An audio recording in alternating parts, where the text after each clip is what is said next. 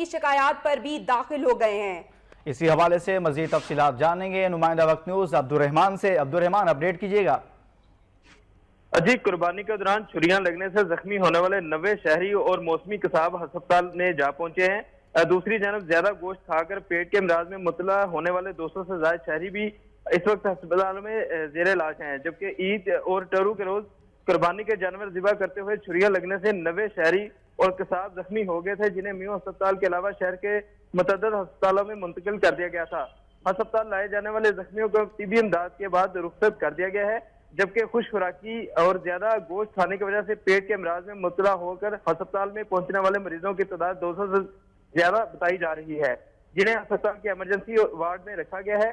अस्पताल के जराये के मुताबिक पेट के अमराज में मुबतला ज्यादा सीरियस मरीजों को मुसलसल तिबी इमदाद भी फराहम की जा रही है, जबकि मामूली जख्मियों को तिबी इमदाद देकर घरों को रवाना कर दिया गया है। जी, अब्दुर्रहमान हमें अपडेट कर रहे थे लाहौर से, आपका बहुत शुक्रिया।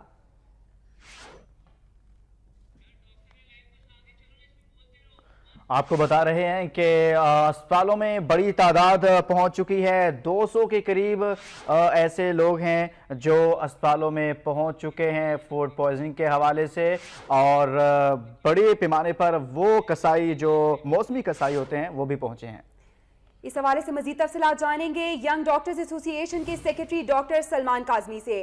जी डॉक्टर साहब, बताइएगा क्या वजूहात हैं? बहुत से मरीज जो हैं वो अस्पताल पहुंच चुके हैं और ये कहा जा रहा है कि ज्यादा खाने से ये हुआ है, क्या कहेंगे आप? जी, ये बिल्कुल ऐसी ठीक बात है, क्योंकि बहुत सारे लोगों ने ज्यादा खाया है और उस वजह से गैस्ट्रोएंटेराइटिस की वजह से तकरीबन हर अस्पताल में पिछले 24 घंटे में 200-400 के करीब फिगर है जो कि आया है। और उसको किसी को उल्टियां, किसी को पतले पखाने, किसी को पेट में दर्द, इन तकालीफ के साथ, और उनका इलाज किया गया है और उनको घर भेज दिया गया है। उसके अलावा जो हैरानकुन बात यह है कि बहुत सारे ऐसे अनाड़ी कसाई आए हैं जिन्होंने अपनी उंगलियां जख्मी की हैं, छुरियां फिरवा के। तकरीबन 100 के करीब ऐसा पेशेंट जो है वो मेयो हॉस्पिटल में कल से आया है, जिन्होंने अपनी उंगलियां जख्मी कराई हैं, हाथ जख्मी कराए हैं छुरियों की वजह से, और उनको ट्रीटमेंट दे के डिस्चार्ज कर दिया गया। उसके अलावा बहुत सारे ऐसे पेशेंट्स हैं जो एक्सीडेंट करवा के भी आए हैं चिंची और बाइक से ओवर स्पीडिंग की वजह से। और क्योंकि थोड़ा सा शायद ट्रैफिक पुलिस ने उनको कल सख्ती नहीं की, मगर मेरी ये रिक्वेस्ट है कि आज थोड़ा सा, क्योंकि लोग अब आउटिंग करने घूमने फिरने निकलेंगे, तो थोड़ा सा बाइकर्स पे सख्ती की जाएगी तो एक्सीडेंट्स की तादाद गिर जाएगी। डॉक्टर साहब, क्या करना चाहिए शहरियों को? क्योंकि खाने से तो कोई नहीं रोक सकता, जब आपके सामने इतने मजे के खाने हो और मजेदार खाने तैयार किए जाते हैं खासतौर पर ईद उल अजहा पर, तो फिर किस तरह से शहरियों को एहतियात करनी चाहिए ताकि वो अस्पतालों में ना पहुंचे?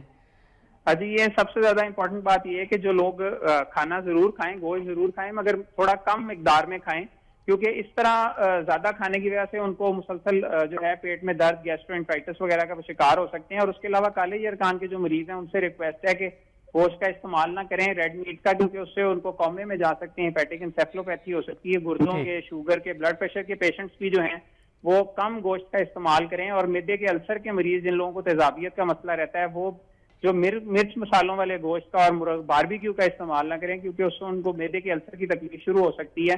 और लास्ट टाइम भी और इस दफा भी कुछ पेशेंट्स ऐसे आए हैं जिन्होंने गले में हड्डियां फंसाई हुई हैं, उन्होंने गोश्त इतनी तेजी से खाया कि उनको हड्डियां गले में उनके फंस गई हैं, और उसके लिए भी फिर एक कैमरा डाल के वो निकालनी पड़ती है, और काफी एक तकलीफ दे अमल है। तो लोगों से ये रिक्वेस्ट है कि आराम से सब्र करके खाएं, ताकि खुद भी परेशानी से बचें और अपने घर वालों को भी परेशानी से बचा सकें। आराम से खाएं, सब्र करके खाएं, थोड़ा खाएं, कम खाएं, कहीं ऐसा ना हो कि आप भी ज्यादा खाएं और अस्पताल जा पहुंचे। डॉक्टर साहब, अपना भी बहुत सारा ख्याल रखिएगा और हमारी तरफ से आपको ईद उल मुबारक, ईद उल अजहा की बहुत बहुत मुबारक। डॉक्टर सलमान साहब हमारे साथ मौजूद थे, जिन्होंने बताया कि शहरियों को ईद उल अजहा के मौके पर किस तरह से खाने हैं, किस तरह से ईद उल अजहा को